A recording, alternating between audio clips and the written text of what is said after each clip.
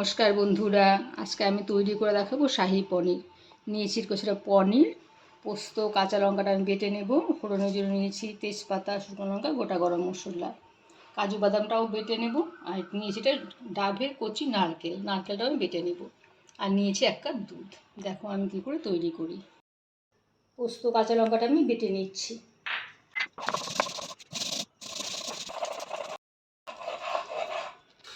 পোস্তর সাথে কাঁচা লঙ্কাটাও আমি বেটে নিচ্ছি। কাজু বাদামটাও বেটে নিচ্ছি। কাজু বাদামটাও বেটে নিলাম। পনিরটাকে ছোটো ছোটো করে কেটে নিচ্ছি।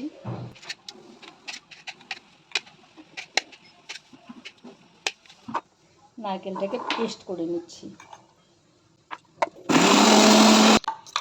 নারকেলটা একটা স্মুথ পেস্ট তৈরি করে নিয়েছি। কড়াই অল্প সাদা তেল দিচ্ছি। পনিরটা একটু ভেজে নেব।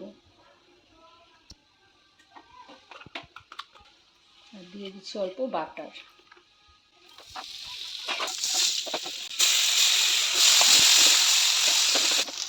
পনিরটা ভাজা হয়ে গেছে, পনিরটা আমি নামিয়ে নিচ্ছি।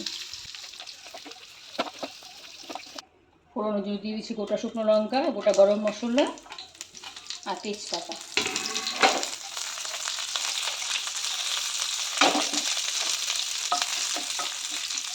পোস্ত আর কাঁচা লঙ্কা বাটাটা আমি দিয়ে দিচ্ছি।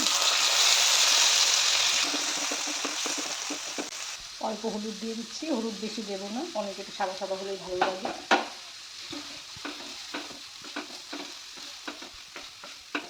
দিয়ে দিচ্ছি অল্প লবণ। পোস্তটা সাতলানো হয়ে গেছে, আমি কাজু বাদাম বাটাটা দিয়ে দিচ্ছি। কাজু বাদামটা দিয়ে খুব বেশি কষানো যাবে না, আমি দিয়ে দিচ্ছি নারকেল বাটা।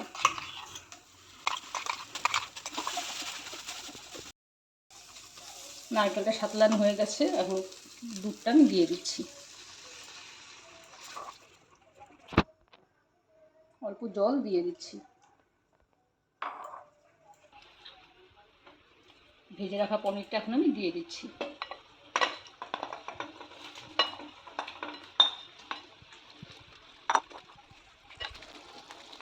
দিয়ে দিচ্ছি অল্প চিনি, মিষ্টিটা তোমার যার যার পছন্দ মতো দিয়ে নেবে। শাহি পনির একটু মিষ্টি মিষ্টি ভালো লাগে। পনিরটা আমার হয়ে এসেছে, আমি এখানে অল্প এলাচ গুঁড়ো দিয়ে দিচ্ছি। পনিরটা আমার তৈরি হয়ে গেছে। আমার এই রেসিপি তোমাদের কেমন লাগলো জানাবে। আমার চ্যানেলটিকে সাবস্ক্রাইব করে দিও আর লাইক কমেন্ট দিতে ভুলো না। ঠিক আছে বন্ধুরা, আজকের মতো এখানেই রাখছি। টাটা।